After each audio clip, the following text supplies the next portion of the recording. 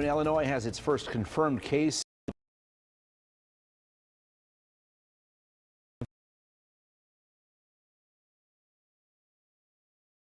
Feinberg School of Medicine. Doctor, thanks for being with us.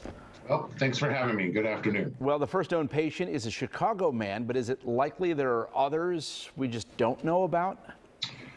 That is a strong possibility. And so as we've seen with this virus, it has popped up in larger cities. And as one city finds one case, there are 2 or 3 other cases that are identified. And so I wouldn't be surprised if we see another couple of cases here in Chicago. It's obviously very different from COVID, but I remember during COVID, one thing we were tracking was, how quickly cases multiplied. I think 20 cases have now been detected in 11 states. What does that tell us about how quickly the virus is spreading?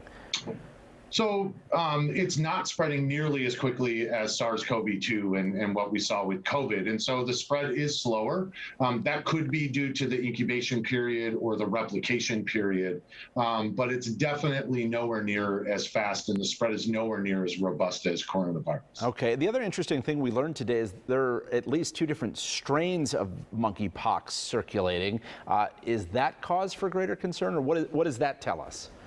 So the 2 different strains, there's a West African and a Congo strain of monkeypox.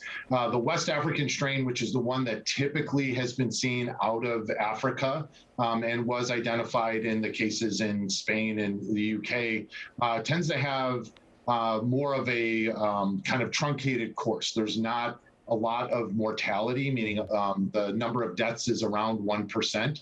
The Congo strain, the number of deaths can be a little bit higher than the West African strain, and that illness may be a little bit more severe. And so it will be interesting to see how much of that strain spreads or is spreading compared to the West African strain.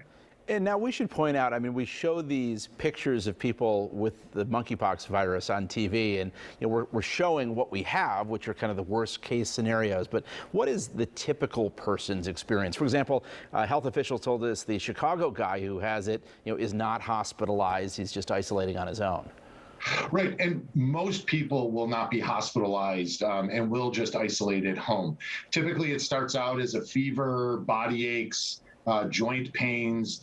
You can get some swollen lymph nodes in the neck or in the armpit or groin area, and then the rash starts. And the rash kind of starts in crops. So it'll start in the face or in the upper extremity or at the site of inoculation of the virus.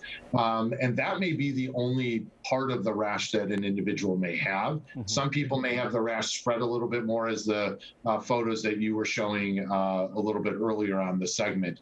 But as the rash comes, the other symptoms start to go away. And most people start to actually feel much better. And it's just waiting for that rash to resolve so that we know that they're not contagious anymore. And do we know why these early cases have been so much more predominant in gay men?